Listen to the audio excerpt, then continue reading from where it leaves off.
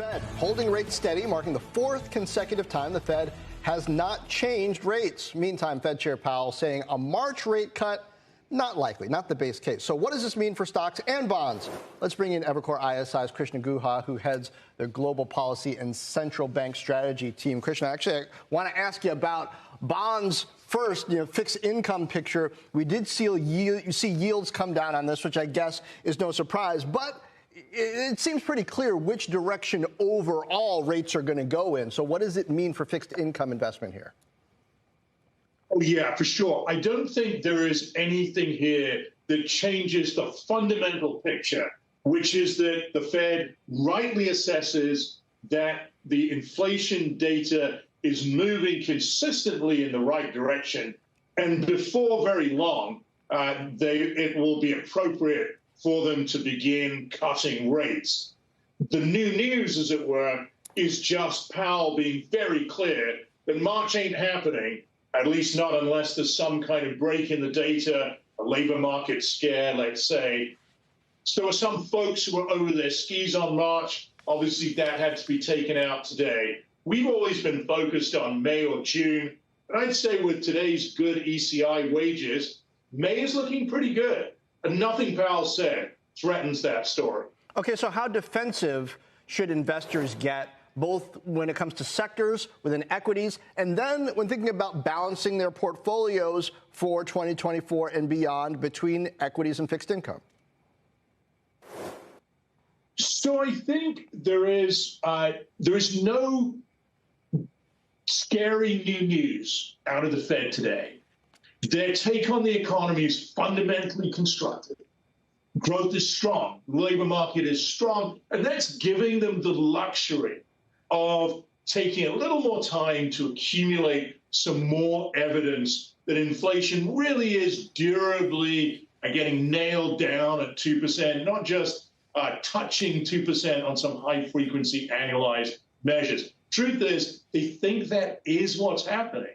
It's just they look around and think things are great. Why rush? Why not get that extra information? So I do think that even though the equity market was pretty ugly today, I do think there's broad support here for a good news story in equities potentially spreading out beyond the big tech names. The economy's good. The Fed will be cutting rates.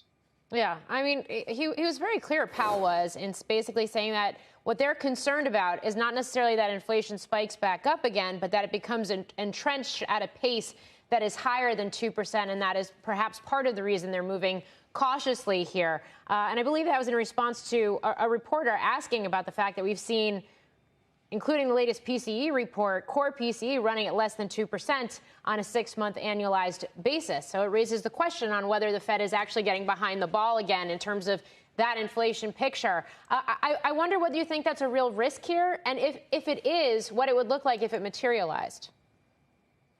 So I would worry if the Fed looked like it was going to wait until, let's say, the second half of the year before cutting rates. I would worry if they weren't telling us that they do now see themselves as being back in the two-sided risk management business. But that's not what's happening, right? I think we should read this Fed statement, in particular Powell's comments today, as saying, not March, guys. That's a bit of a rush. We don't need to rush. But orienting us towards cuts starting in May or June. And as I said, I lean May. I think they'll end up delivering 5, maybe 6 cuts this year. So I just don't think that is deeply concerning in any way. You're right. 6-month annualized inflation is already clocking 2 on core PCE, actually a tick below. But of course, some of that is an assist from falling goods prices. They are not sure that's going to continue. If you X out that falling goods prices, 6-month annualized inflation is running more like 2.5. An underlying inflation measure that New York Fed uses puts it at 2.3. Those numbers will come down as and when housing-related OER cools off. They'll come down over time as wages cool off. It's all working. Just be a little patient.